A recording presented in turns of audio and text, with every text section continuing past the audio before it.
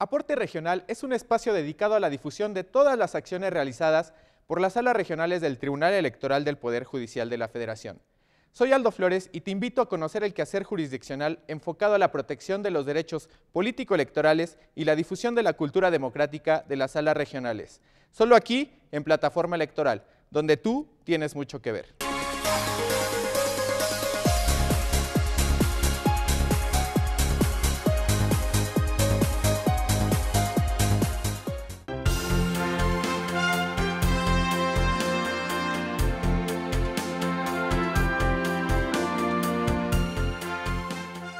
Hola, esto es Aporte Global, un espacio informativo creado en el Tribunal Electoral del Poder Judicial de la Federación, en donde nos enteraremos de sus actividades en el mundo. En este espacio podremos conocer más acerca de sistemas políticos de otros países, talleres, foros, seminarios internacionales. Haremos un seguimiento a las actividades electorales de México en el contexto internacional y te platicaremos sobre los espacios en los que participa el tribunal. Los esperamos en el canal Plataforma Electoral, el canal de televisión por internet del Tribunal Electoral del Poder Judicial de la Federación, en donde tú tienes mucho que ver.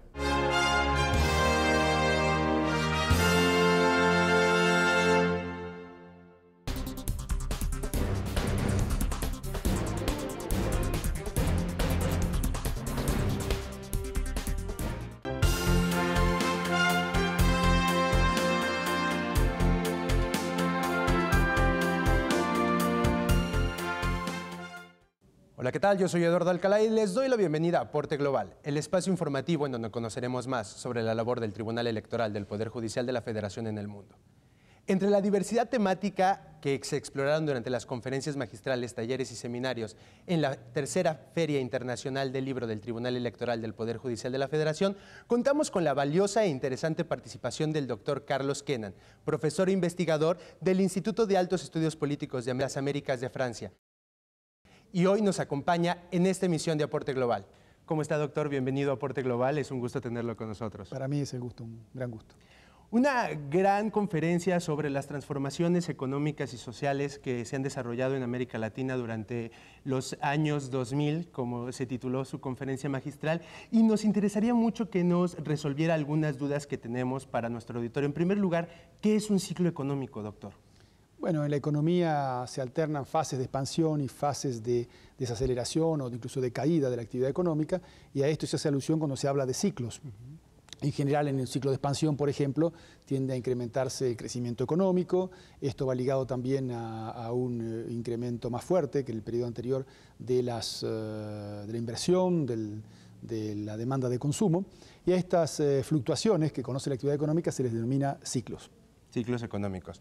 Muy bien, y nos comentaba en su conferencia que los países latinoamericanos han tenido un crecimiento mediocre, así se le llamaba a lo que había ocurrido durante estos últimos 15 años. ¿A qué nos referimos con este adjetivo de mediocre en el crecimiento de los países? Bueno, antes que nada digamos que se abrió un ciclo de crecimiento bastante sostenido entre 2003 y 2012-2013, una década prácticamente, en la que la región creció a un ritmo anual de 4% más o menos. A principios de los años 2000 el crecimiento había sido menor, había habido varias crisis económicas, monetarias, financieras, una gran devaluación en Brasil en 1999, la crisis de Ecuador del 2000, la crisis económica y luego sociopolítica también de Argentina de 2001-2002.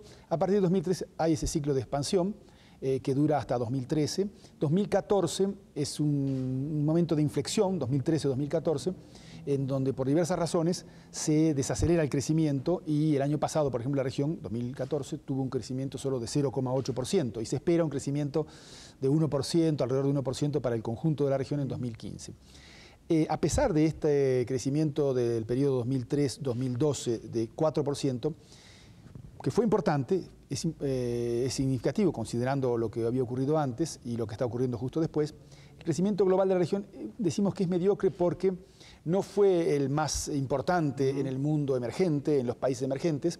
De hecho, cuando se dice que los países emergentes fueron los que aportaron la mayor contribución al crecimiento económico desde los años 2000, en realidad es sobre todo Asia, e incluso África fue muy dinámica.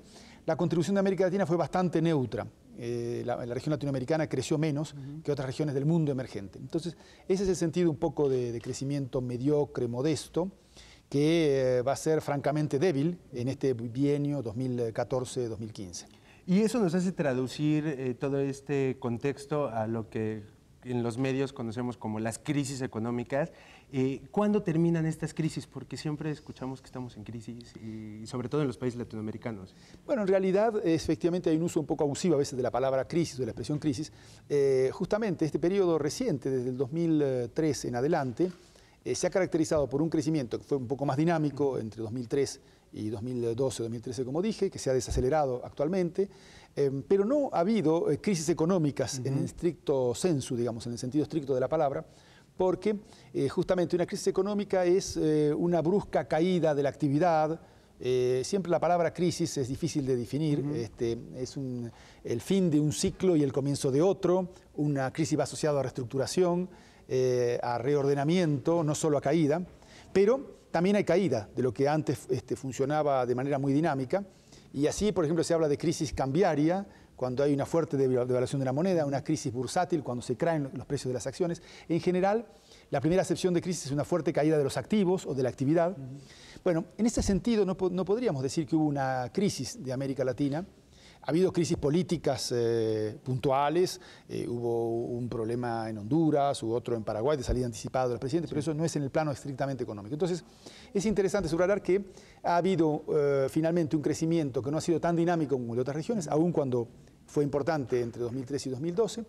Que es interesante subrayar que este crecimiento se da en un contexto de crisis económica global, que se abrió en Estados Unidos con la crisis subprime, que siguió con la caída de Lehman Brothers y se prolongó hacia Europa, incluso amenazó claramente la sobrevivencia del euro, y de hecho no está totalmente superada, aunque apareciera que el euro está estabilizado y que no habrá peligro de ese lado. Entonces, y en ese contexto América Latina no sufrió crisis monetarias o financieras graves, que es lo que ocurría en otras épocas cuando había un shock exterior desfavorable.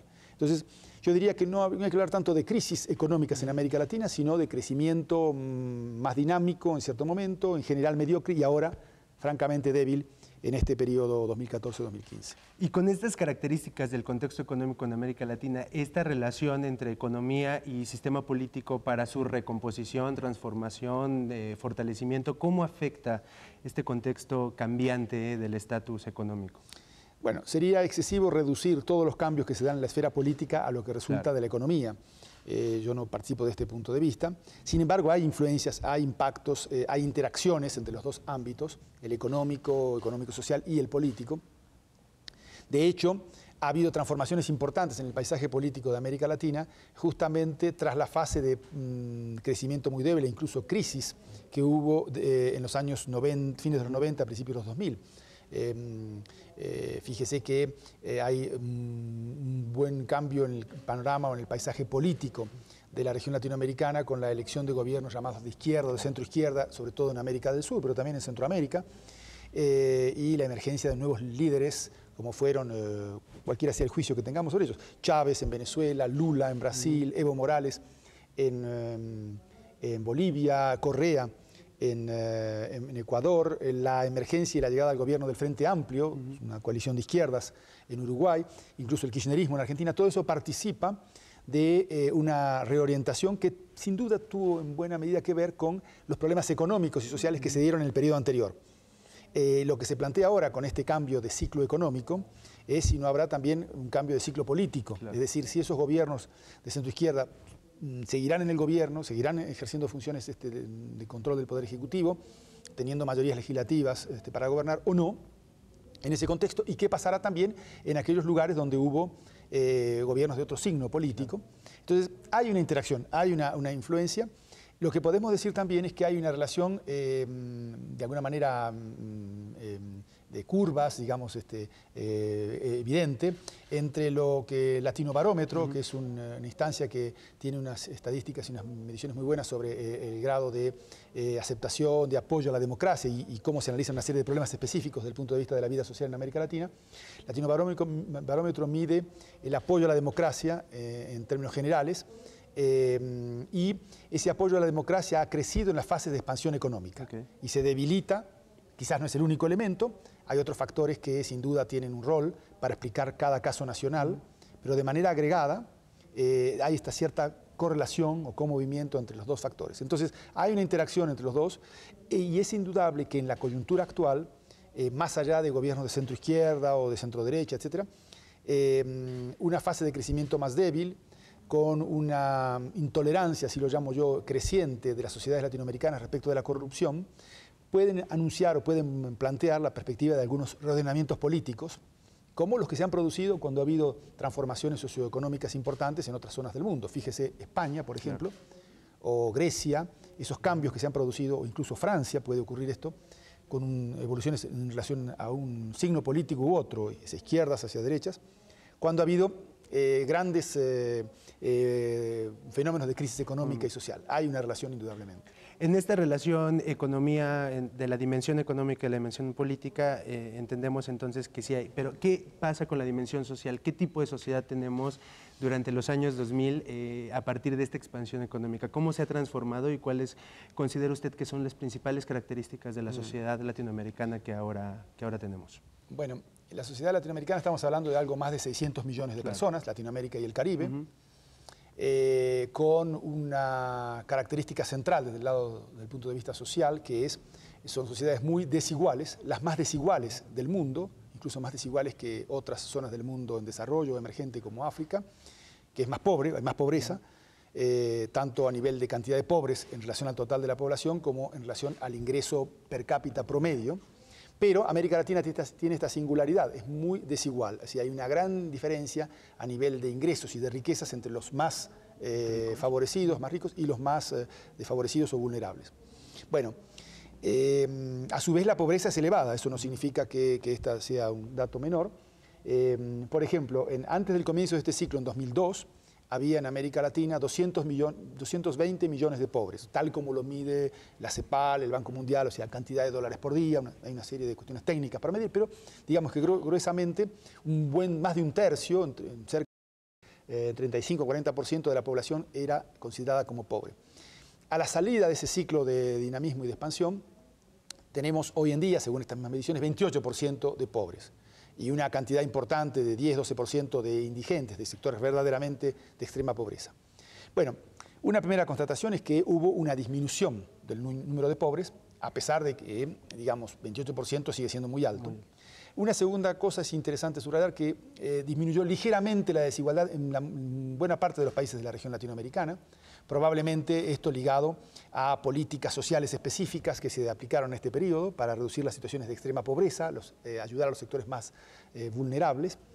Y este cambio, a su vez, fue de la mano con una modificación en el peso relativo de los distintos sectores sociales. Y está comprobado que las clases medias, como suele llamarse, que es también una definición muy compleja para establecer, pero tiene que ver también hay distintos criterios.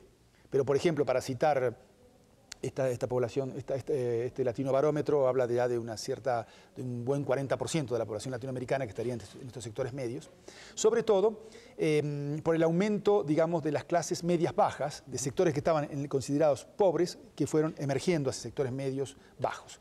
Ese es un dato interesante, muy importante, las clases medias que han tenido más peso, y esto plantea nuevas demandas sociales de esos sectores medios, que en general, siendo sectores medios bajos, son por un lado frágiles, precarios, pueden volver a caer del lado de la pobreza si tenemos muchos años de vacas flacas, y por otra parte, esos sectores medios son portadores de una demanda social, mayores bienes de consumo, sin duda, pero también una demanda de bienes públicos, de mejor transporte, de mejor educación, que se ha expresado en movimientos sociales importantes en muchos países de la región. Quizás el más mediatizado, el más conocido por todo el mundo es el relativo a las manifestaciones que hubo en Brasil en junio del 2013 y después en otros momentos también.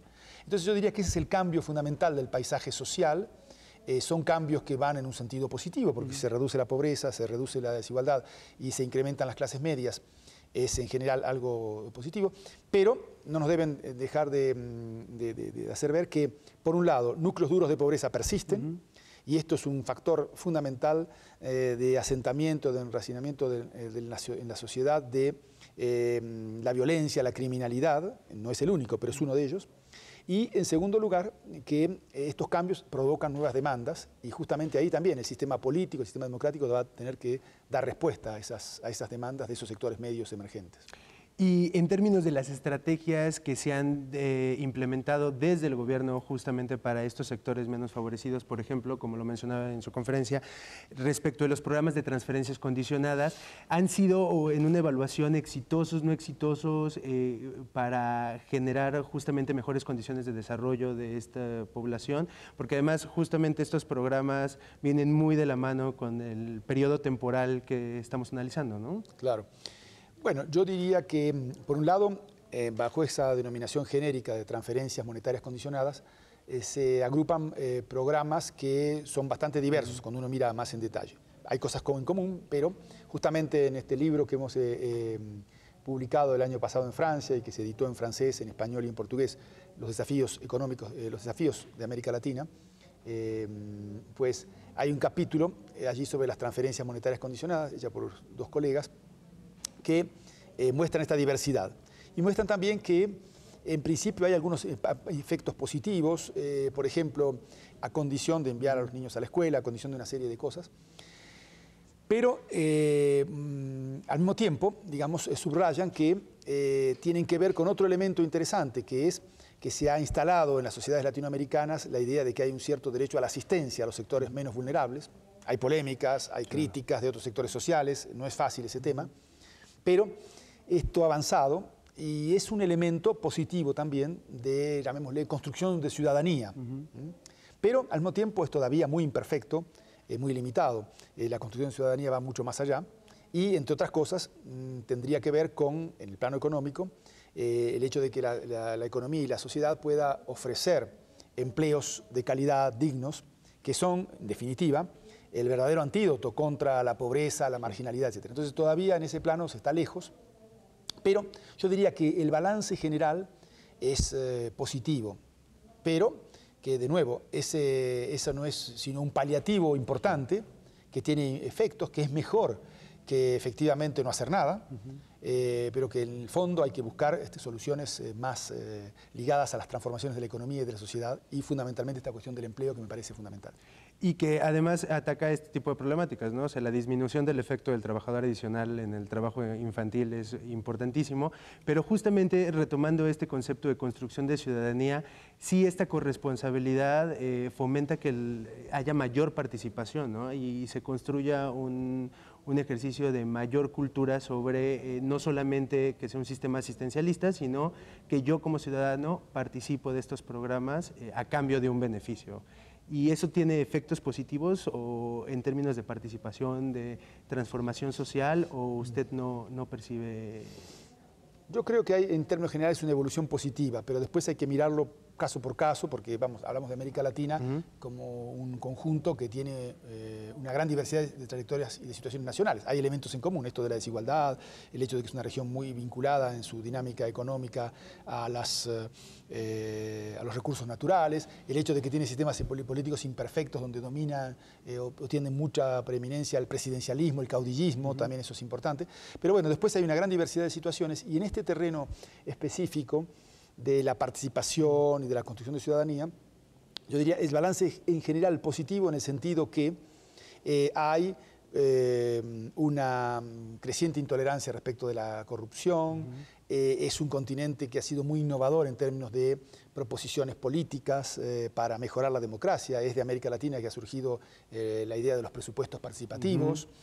Entonces todo eso va en un sentido de mostrar que hay un continente en movimiento, que busca su vía, que trata de, además de avanzar en el marco de un contexto democrático que se ha generalizado en la región. Ahora bien, la democracia también implica contradicción, diferencias, y en muchos casos hay una polarización extrema de la vida política que también puede tornarse negativa si no se procesan los conflictos de manera pacífica, de manera ordenada. Entonces yo diría que es un balance más bien positivo, pero con muchos bemoles, es decir, y la región todavía no ha salido de las dinámicas clientelistas o clientelares y asistencialistas. La construcción de ciudadanía en el sentido completo todavía deja mucho que desear y es indudable que va a ser crucial cómo la región atraviesa un periodo, que esperemos no sea muy largo, de vacas más flacas, de menos crecimiento económico, para que de alguna manera, aún en ese contexto, se fortalezcan las instancias democráticas. Creo que hay avances interesantes, hay discusiones interesantes. Veía hace poco, por ejemplo, que se han generalizado los debates presidenciales en la región, que se ha mejorado el proceso de rendición de cuentas en algunos casos de los parlamentarios respecto a las poblaciones, pero todavía falta mucho. Falta hacer. En este contexto de perspectiva, ¿cuál es el país más dinámico en América Latina en términos económicos? ¿Cuál economía podríamos evaluar o qué economías, en plural, podríamos evaluar como las más dinámicas?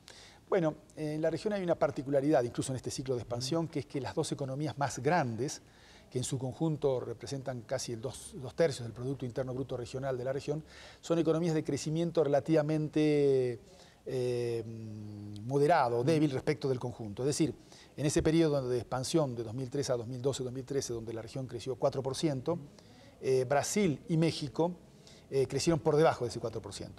Entonces es un elemento importante para considerar por razones específicas diferentes, porque en el caso de Brasil ha costado llevar adelante una dinámica de crecimiento fuerte con una demanda que se sostuvo y se desarrolló fuertemente en el último periodo, pero con problemas de competitividad de la economía que han afectado sobre todo el sector industrial. En el caso de México hay un sector competitivo importante, articulado al proceso productivo de Estados Unidos, pero una dificultad de articulación de eso con el conjunto de la economía. En ambos casos, un comportamiento muy mediocre de la productividad, en ambos casos, una tasa de inversión insuficiente. Todos esos son los problemas que caracterizan a esos dos grandes países en términos de tamaño de la región. Entonces, los más dinámicos han sido, en distintos momentos, economías finalmente de tamaño medio o pequeñas. En los últimos años hemos constatado un dinamismo creciente de Colombia, de Perú.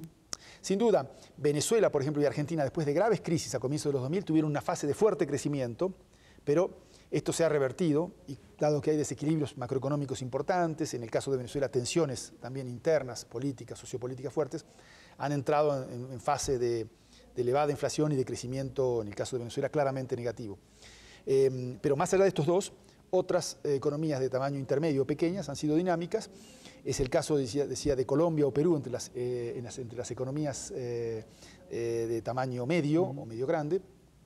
Es también el caso de Panamá, de República Dominicana o de Bolivia, o incluso de Ecuador en los últimos años. El año pasado, las únicas economías que sobrepasaron el crecimiento de 5%, y se va a producir de alguna manera lo mismo este año, fueron Panamá, República Dominicana y Bolivia.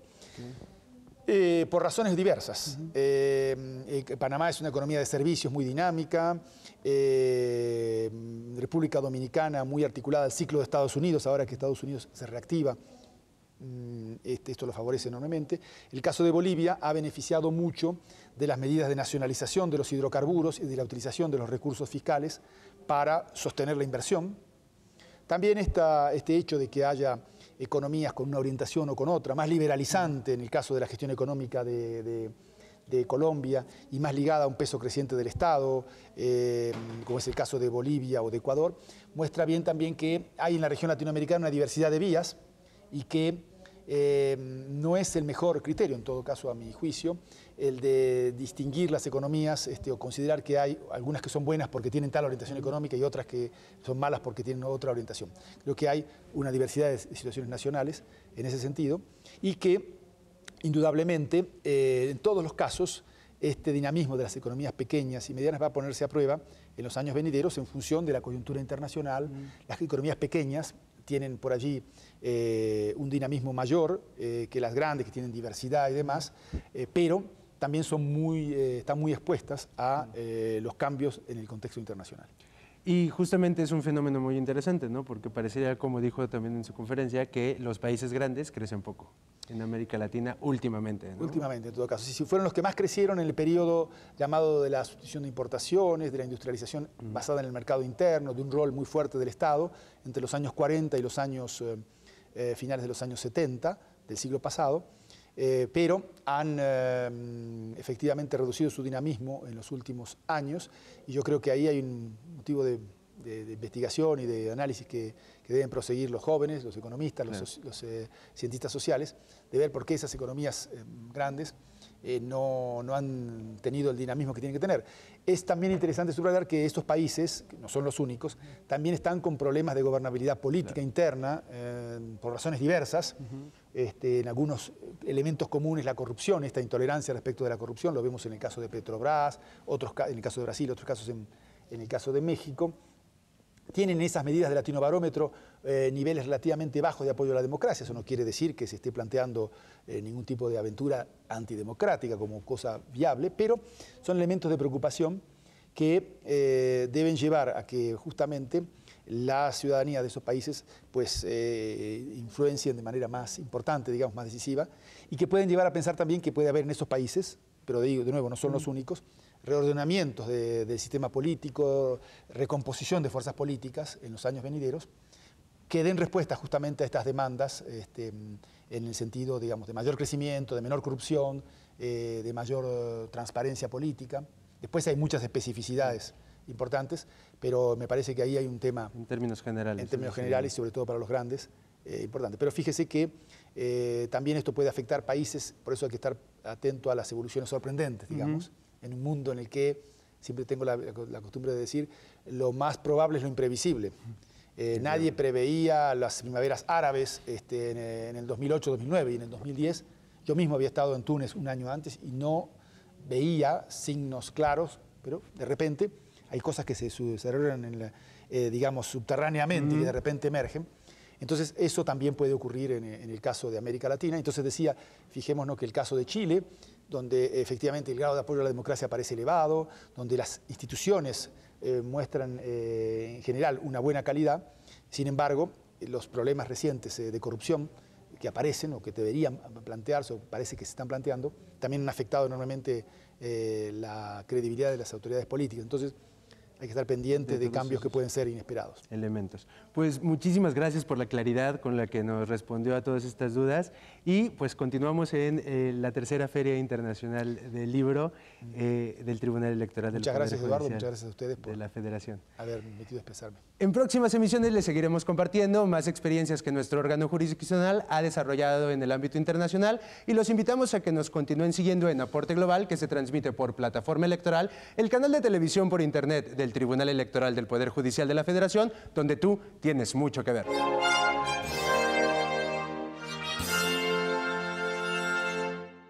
Este año, elegiremos diputados federales y autoridades en 17 entidades federativas. Las y los mexicanos podemos tener la certeza de que contamos con instituciones fuertes. Muestra de ello es el reconocimiento que recibió el Tribunal Electoral como la mejor institución electoral del año, entre órganos de todo el mundo. Lo que ratifica nuestro trabajo de cara al proceso electoral 2015. Tribunal Electoral del Poder Judicial de la Federación. Tú tomas la decisión, nosotros la protegemos.